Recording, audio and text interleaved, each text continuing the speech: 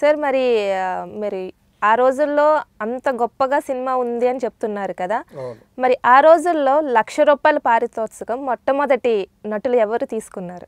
ఇక్కడ మనం ఆ రోజుల్లో నటుల పారితోషికాలు అనే దాని గురించి మనం ప్రత్యేకించి చెప్పుకోవాలి.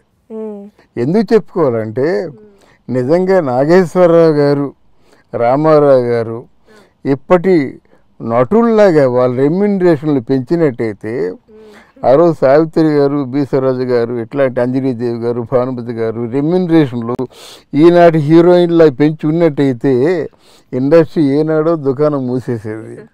ఎందుకంటే వాళ్ళు సంవత్సరం ఆడే సినిమాలు చేసినప్పుడు కూడా వాళ్ళంతా ₹1000 పెంచేవాళ్ళు.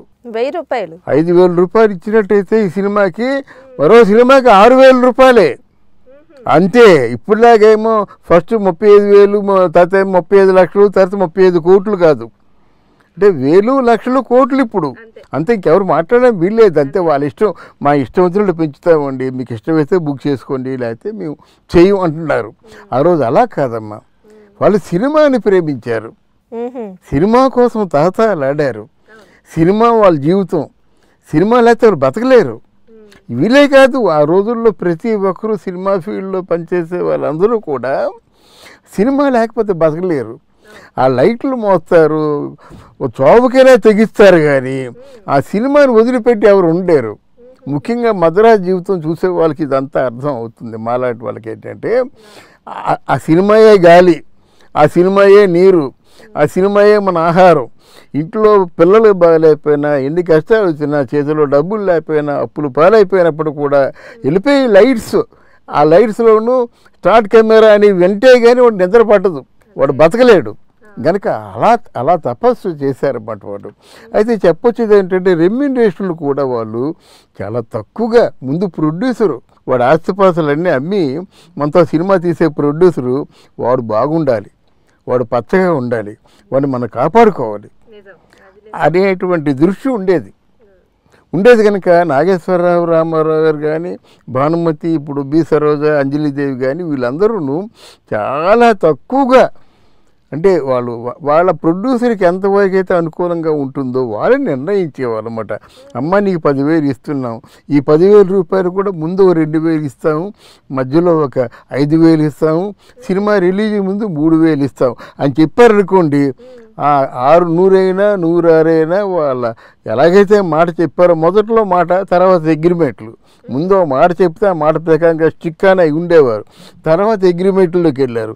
అగ్రిమెంట్ అయినా సరే ఒక మాట చెప్తే ఆ మాట ప్రకారంగా స్టిక్ అని ఉండేవారు అన్నమాట. మాటకి అంత వాల్యూ ఉండేది. ఒక మాట అంటే అంతే కదమ్మా. ఎలాంటి సంస్థలో ఆ రోజుల్లో మన చిన్ని బ్రదర్స్ అంటే అంజలీదేవి సంస్థ, తర్వాత ఏమో శంభు ఫిలిమ్స్, ఆయన యార్లగడ్డ ఆయన, తర్వాత ఏమో పిఏపి సుబ్బారావు గారు, జగపతి రాజేంద్ర ప్రసాద్ గారు, మన సురేష్ రామానాయుడు గారు, తర్వాత వీళ్ళందరూ పెద్ద సంస్థ. చిన్ని బ్రదర్స్ అంజలీదేవి గారు, తర్వాత ఏమో మీర్జాపూర్ రాజా గారు, శోభనాచల స్టూడియోస్, కనుక అలా విజయవాహిని స్టూడియోస్ వాళ్ళు, నాగిరెడ్డి చక్రపాణి గారు, ఎట్లాంటి ప్రొడ్యూసర్లు ఉండేవారు. అవన్నీ తలుచుకుంటుంటే చెప్తుంటే నాకే ఒళ్ళంతా పులకరిస్తుందన్నమాట. అట్లాంటి ప్రొడ్యూసర్లు ఉండేవాళ్ళు. అలాంటి ప్రొడ్యూసర్లు నుండి సినిమాలు తీయబట్టే వీళ్ళు కూడా, నటీనటులు కూడా రెమ్యునరేషన్ దృష్టి లేకుండా సినిమాల మీదే దృష్టి పెట్టబట్టే మనకి స్వర్ణయుగం దక్కింది. లేకపోయినట్టు నాకు ఎందుకండి, ఫస్ట్ ఒక ₹10,000 ఉన్నవాడు 50,000 ఉన్నవాడు ₹1,00,000 చేసినట్టయితే ఒక ఆల్మోస్ట్ ఒక 25 సినిమాలు అయినంత వరకు వాళ్ళకి వేలు లేవు కదండి. 50,000 దాటలేదు కదా ఎవరికి, అంత రెమ్యునరేషన్ లేవు కదా. కనుక మనకి ఫస్ట్ బిగినింగ్లో ₹1,00,000 తీసుకున్న వ్యక్తి ఎవరైనా ఉన్నారంటే అది ఫస్ట్ నాగి గారు తీసుకున్నారు, ఎస్వి రంగారావు గారు తీసుకున్నారు, తర్వాత మన మహానటి సావిత్రి గారు తీసుకున్నారు. అది ₹1,00,000 రెమ్యునరేషన్. నాగయ్య గారు, ఇక మన ఎస్వి రంగారావు గారు, సావిత్రి గారు. ఆడవాళ్ళలో మొట్టమొదటిసారిగా రెమ్యునరేషన్ తీసుకుంది ₹1,00,000 సావిత్రి గారి.